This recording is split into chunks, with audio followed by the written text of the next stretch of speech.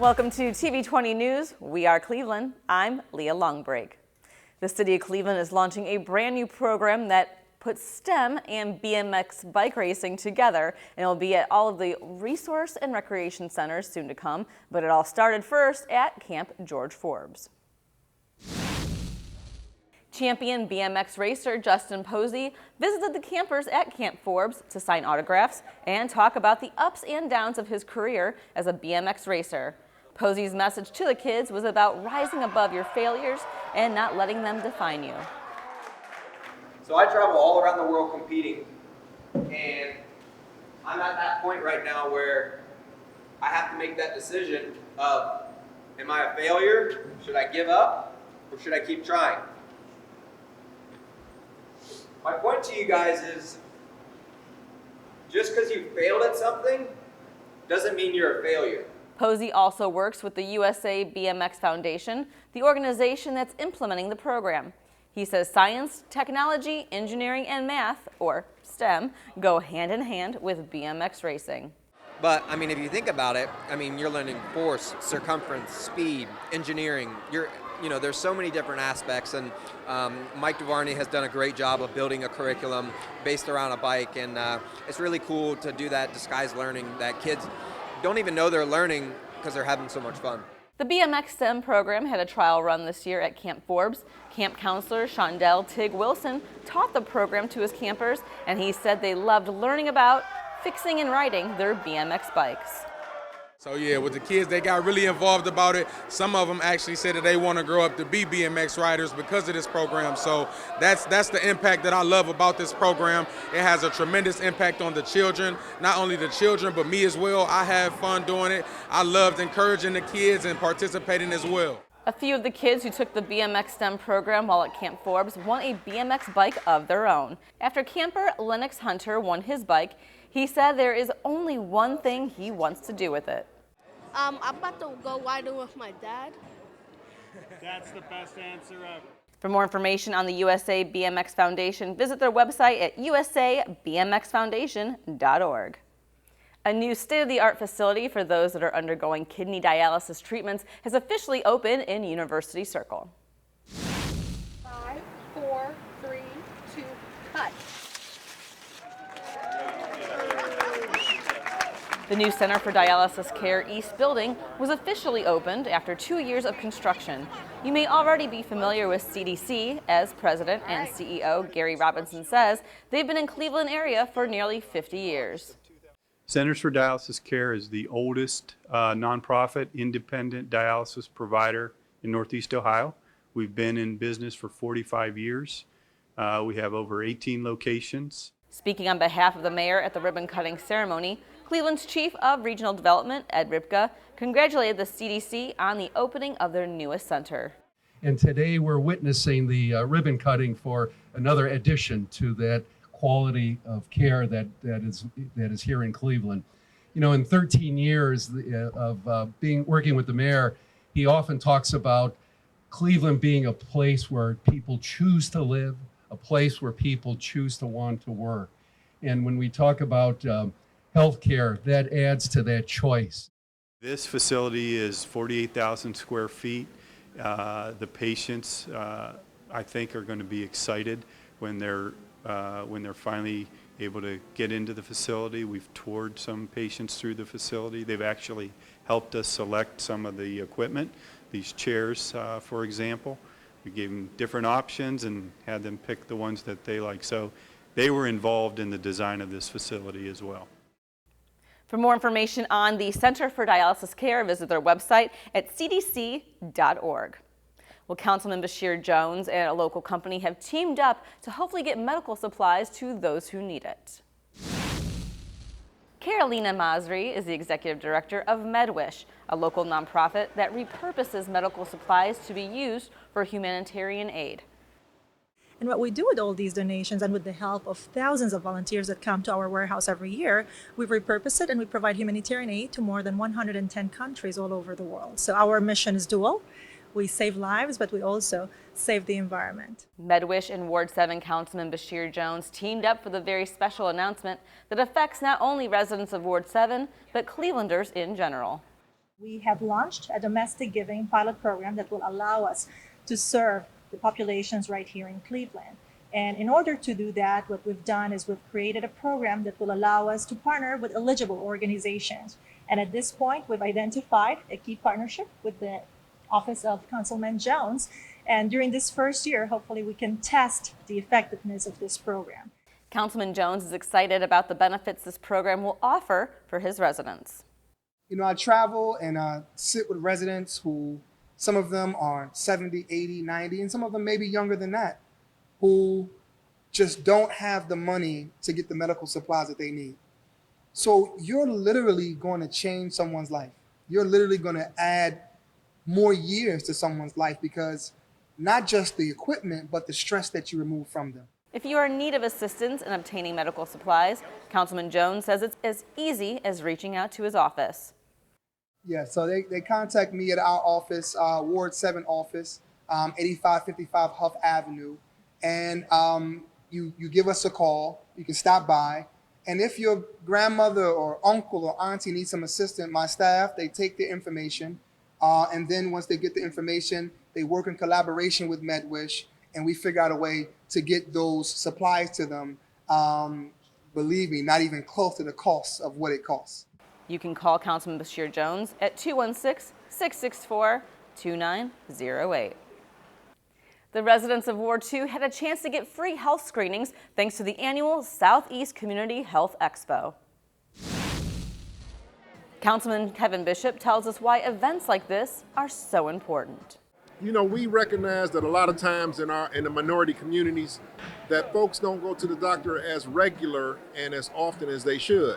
So one thing we said, we'll bring the services here to the people so they won't have an excuse. So it make it a lot easier for you to get here and get services and get screened. We provide physicals for the kids. We're providing haircuts for the kids. We're also providing fresh produce for families here in the community. It's absolutely wonderful. Screenings can be challenging for patients to receive, and this event allows for patients to get free screenings across the board and also provides patients and family members other resources to provide free screenings outside of this event as well. We know that by doing screenings, we can catch disease at earlier parts of the process and allow for earlier treatments that reduce the risk of chronic diseases for patients in our community. Resident Timothy Pilkington was appreciative of the many services offered. I mean, it's much needed because a lot of us neglect our health. So as you get older, you need to pay attention to your health more to avoid problems. Brand new homes are coming to the Buckeye neighborhood, and it's all thanks to Habitat for Humanity.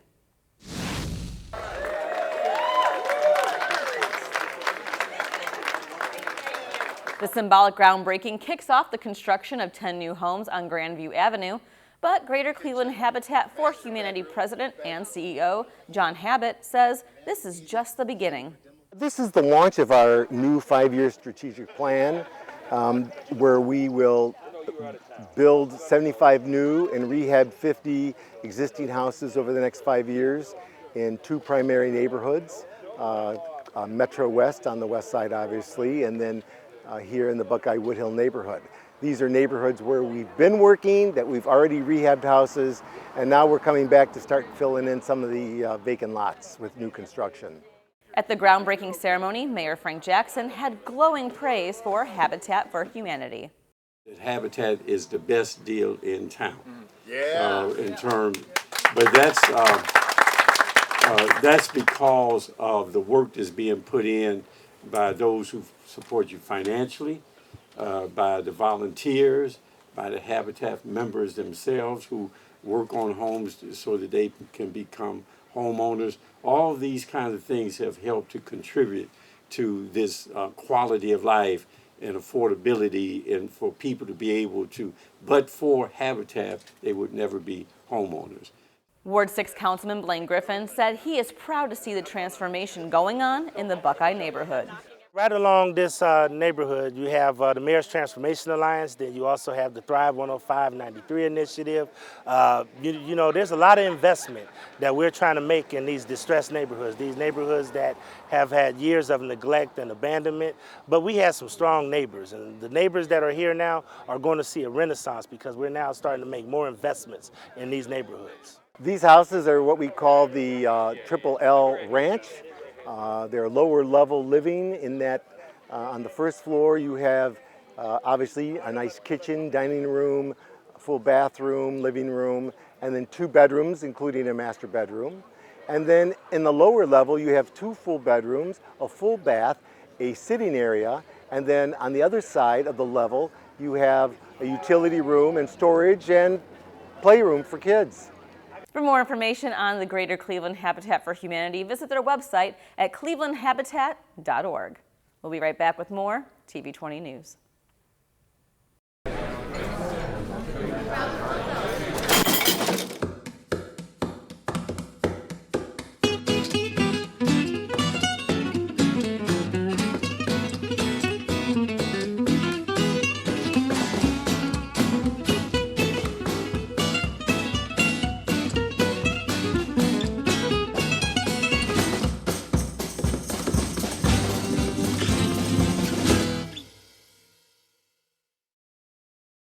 Welcome back to TV20 News. We are Cleveland. I'm Leah Longbreak.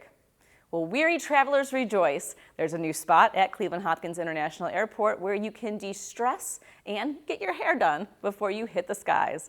TV20 reporter Dan Monroe has more. Welcome to Haircuts and Day Spa, a first-of-its-kind salon at Hopkins and the only establishment that is locally owned and operated. Here you can get a haircut, a massage, your hairstyled, or a mani-pedi. Cleveland Mayor Frank Jackson says Haircuts has the potential to be seen by millions of people.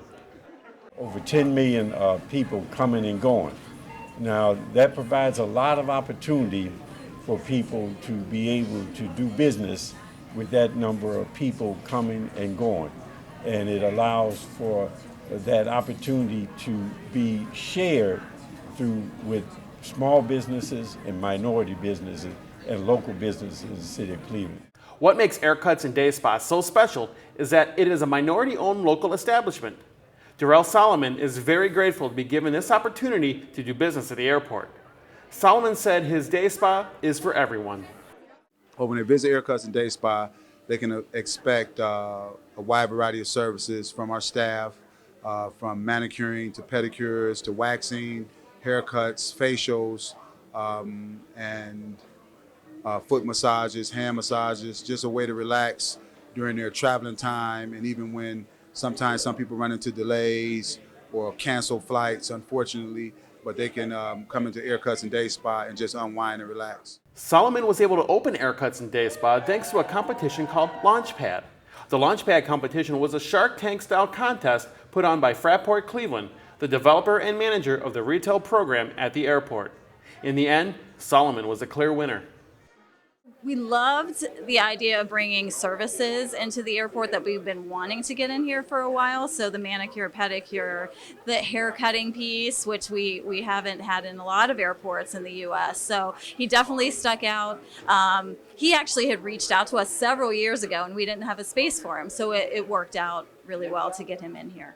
Next time you're traveling, stop by Concourse C and get pampered before your flight at Haircuts and Day Spa. At Cleveland Hopkins International Airport for TV20, I'm Dan Monroe. After being absent for several years, the tall ships returned to Cleveland. If you missed it, don't worry, TV20 has you covered. The North Coast Harbor looked like a scene from Pirates of the Caribbean as multiple ships docked there, waiting for curious onlookers to explore.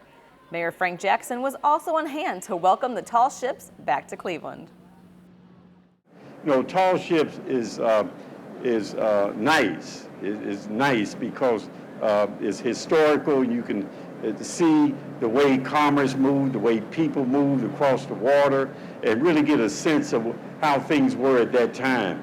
But it's also more than that. It has an educational component, and it has an economic benefit from it in the way in which it attracts people to downtown Cleveland as it has tonight. Tom Castle, relief captain for the Dennis Sullivan, spoke about where these ships came from. Some of these ships are from America, Great Lakes ships, and some from the coast, like the Pride of Baltimore II. And we also have some ships from Canada, and we have one that came all the way from the Cook Islands in the South Pacific. It's not all fun and games when you're sailing on the tall ship. It takes a lot of hard work. Justin Lee is a deckhand, and he spoke to us about his duties. The purpose of a deckhand is to help raise and lower the sails and do any maintenance work that's needed. So on a ship like this, as with anything like a car, you have to always keep it running and keep everything in working order. So we're patching sails or sewing together line, climbing aloft to do maintenance and things like that. Sometimes they make me do engine work as well. So anything that's needed, cleaning, working in the kitchen, which is the galley. To learn more about the tall ships that were here in Cleveland, visit tallshipsadventure.org. The City of Cleveland's 3rd District Police Community Relations held their annual Safety Fair and Kids Fest at Arbor Park. Well, you know, this is summertime in Cleveland. It's festival time, so, and this is another one of our long-standing events, the 3rd District Kids Fest at Arbor Park Village. So I don't dare miss this. This is my neighborhood. This is where I grew up, in Old Longwood. So and it's just great. We got a lot of people out, a lot of vendors, food, fun, and I donated 2 bicycles that we're going to raffle off in a little while. So we're not asking folks to travel to us. We're traveling to the community to not only give them information and resources about safety, but to also interact, which for me, from the perspective of the Commander of Community Policing, being out and engaging is a top priority for us. So it's important to have these type of events with the residents. It gives my officers the opportunity to interact with the kids, interact with the residents here, and they see that we're just like them and we're here cooking for them and we want to be a part of their community. There are a number of local neighborhood events just like this one that are geared towards, bring the community together and bring the police and other city services and other vendors and resources to people who live in our neighborhoods. When you bring people out, when people come out in their community and they get to know each other and they get to know the police, things will be better. The takeaway is for us to build relationships and partnerships with members in the community. What we know is that we cannot produce safety alone. We have to do it with our citizens. So in order to do that, we have to engage them. We have to talk to them. We have to ask community members what they need and what we can do to work together to help make the areas and the city safe. I think it's great because the kids can come together and enjoy a nice, safe environment. They see that police are friendly and that they're not the enemy. They get to pet horses. It's a lot of interactive activities here where everybody can come together and just enjoy a good time. Aside from safety, the main theme for this year's fair was about literacy. Free books were given to families, as well as information on resources that are available in our community. The average literacy rate by some data is about 7th grade. The average Clevelander reads at the 7th grade level. And of course, that's not saying everybody does. There are a lot of people who are well educated and very literate, but we have a significant number of our population who are not making the grade, and consequently it affects their ability to get a job, to advance, to do many things that they want to do to be productive and take care of their families. So literacy is absolutely important. I support Season Literacy and other organizations that are focused on making our communities more literate. Literacy in the Hood stands for helping out our disenfranchised. And in the city of Cleveland, our statistics say 2 out of 3 families don't have books at home, period. So in the summer, I'm always looking for family festivals, fun events, and this was actually a literacy event. So I knew I had to be here and just bring out free books and bring out resources that'll help the parents learn how to read, free books for the children, and their free resources to help them become better readers. That's all for your TV20 News. We are Cleveland. I'm Leah Longbreak. Up next, we'll have Christian Patterson with the Inside Sports Report.